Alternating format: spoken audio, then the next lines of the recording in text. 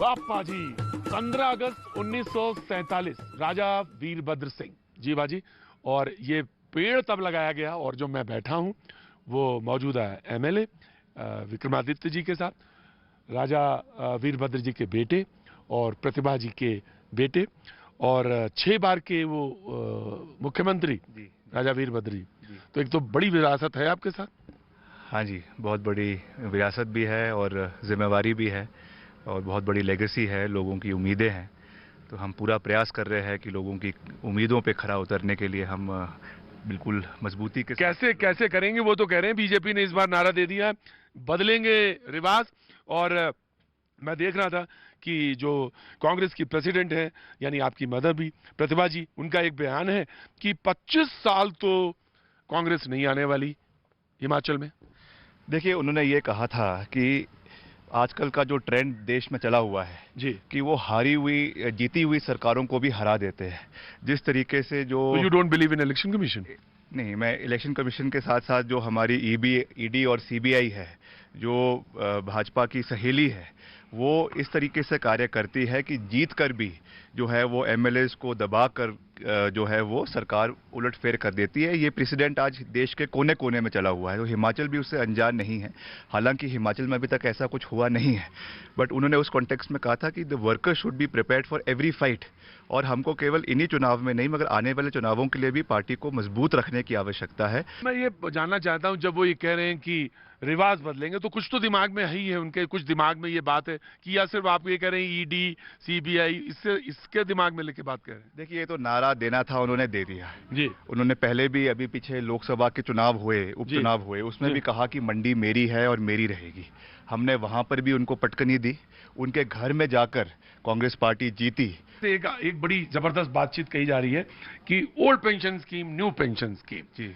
अब आप बताइए, जिस राज्य पे इतना कर्ज हो, आप अगर सरकार में आ गए तो कैसे आप उसको फॉलो करेंगे? 600 करोड़ रुपए कहां से आएगा, कैसे मैनेज करेंगे? देखिए, क्यों नहीं मैनेज हो सकता है? अगर ये वो लोग कह रहे हैं चुनावी वादा है। अगर ये 50 से 100 करोड़ केवल तंबू लगाने पे खर्च कर सकते हैं।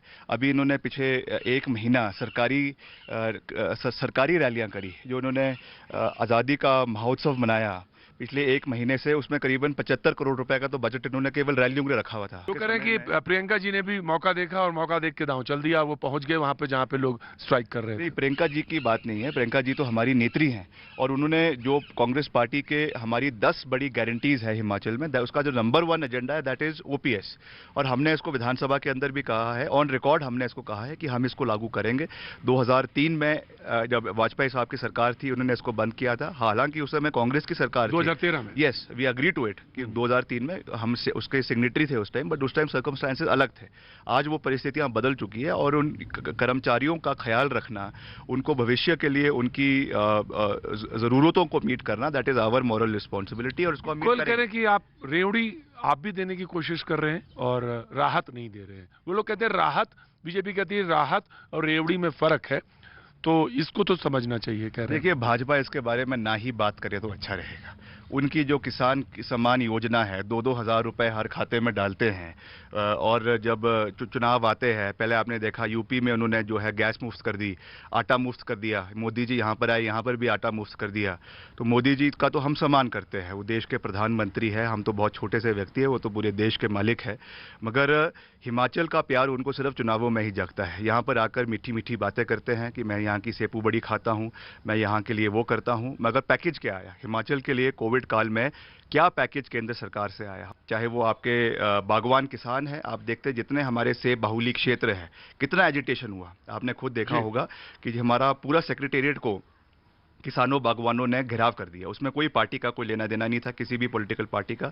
उनके खुद के मंच थे, क्योंकि उन्होंने जीएसटी जो पेटियां थी हमारी सेब की 5% से बढ़ाकर 18% कर दी। आपकी कीटनाशक पे जो सब्सिडीज थी, खाद पे जो सब्सिडीज थी, वो बंद कर दी। तो हमारे बागवान किसान कहाँ जाएंगे? जब आप अपने बागवानों को मजबूत नहीं करेंगे, उनकी आवाज को नहीं उठाएंगे, तो कैसे काम चलेगा? वही हाल कर्मचारियों का है। ओपीएस ने पूरा विधानसभा का जो है घेराव किया, मुख्यमंत्री जी बाहर निकलने का दम उन्होंने नहीं दिखाया। वो कहते हैं कि मैंने होर्डिंग्स लगे देखे यहाँ पे, जो लगे हुए थे सामने कि राम मंदिर एक उपलब्धि है और उसको उन्होंने यहाँ पे किया। उससे कैसे निपटेंगे? देखिए, ऐसा है, जो उपलब्धि दिखा रहे हैं हिमाचल प्रदेश में ये हिंदुत्व वाला कार्ड नहीं चलने वाला है। हिमाचल प्रदेश 98% जो है वो हिंदू डोमिनेटेड स्टेट है, और आपको जानकर खुशी भी कहीं होगी। ये हाराकिरी तो नहीं होगा जैसे तमाम राज्यों में हुआ? वो लोग कहते रहे ऐसा नहीं होगा नहीं होगा, यहाँ हो गया। यहाँ पे नहीं नहीं, यहाँ पे बिल्कुल भी नहीं होगा, क्योंकि हिमाचल प्रदेश पहला राज्य था जहाँ पे वीरभद्र सिंह सरकार ने 2007 में धर्मांतरण का कानून पारित किया। उस समय किसी भी भाजपा शासित राज्य में ये नहीं था, और उस समय के राष्ट्रीय स्वयंसेवक संघ के और विश्व हिंदू परिषद के जो राष्ट्रीय अध्यक्ष है, उन्होंने वीरभद्र सिंह जी का धन्यवाद किया और ये कहा कि भाजपा की जो सरकारें नहीं कर पाई वो हमने करके दिखाया है। तो हमको उनसे कुछ सर्टिफिकेट लेने की आवश्यकता नहीं है।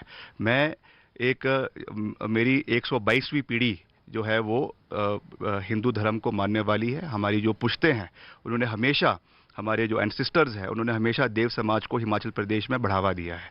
और जितने तो हमारे लेकिन राम मंदिर का श्रेय तो उनके पास है, वो कहते हैं राम मंदिर का श्रेय मेरे पास है। यहाँ पे 1925 वाले फर्जी हिंदू नहीं चलने वाले। जयराम जी की जो विदाई है वो शुरू हो चुकी है, पूरे प्रदेश में गाना बजना शुरू हो चुका है। बाबुल की दुआ लेती जा, जा तुझे सुखी संसार मिले। क्या बात है, तो बात है वो कह रहे हैं कि जयराम जयराम करेंगे और जयराम जयराम करके ही मामला सुलझा देंगे। ना, हो नहीं रहा है, नहीं होगा, जयराम जयराम नहीं चलेगा। उनके नाम पे वोट ही नहीं पड़ रहे हैं, वो तो खुद ही एक्सीडेंटल चीफ मिनिस्टर है। तो राम जी नहीं, वो कह रहे हैं ना राम राम राम राम, तो जयराम जयराम जयराम इसी पे वोट पड़ जाएगा। इस पे वोट नहीं पड़ने वाला है। यहाँ पे देव भूमि है, यहाँ पे देव संस्कृति चलती है। यहाँ पे जो है हम देवी देवताओं को मानने वाले हैं, हम उनसे ज़्यादा हिंदू हम हैं। मेरी 122वीं पुश्ते जो है वो देवी देवताओं के साथ चली हुई है, तो हमें किसी से सर्टिफिकेट नहीं लेना है। हम उतने ही हिंदू है, बल्कि उनसे ज़्यादा है। आपा जी, ये जो आया है बयान, और ये बयान बड़ा जबरदस्त है कि हम उनसे बड़े हिंदू हैं और उनसे सच्चे हिंदू हैं। आप कह रहे हैं हम उनसे ज्यादा सच्चे हिंदू हैं। बिल्कुल है, क्यों नहीं है। हिमाचल प्रदेश में मैंने कहा धर्मांतरण का कानून हम लेकर